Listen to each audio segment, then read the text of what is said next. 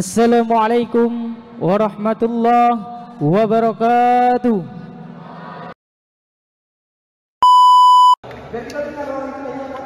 Ini mau latihan apa? Ini latihan untuk tampil di Universitas UIN Ar-Raniri besok jam 8 pagi. Itulah profesional kita dalam musik.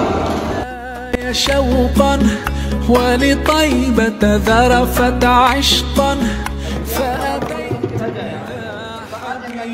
Marawis Jipur 16 di Kanadaga. صلي على محمد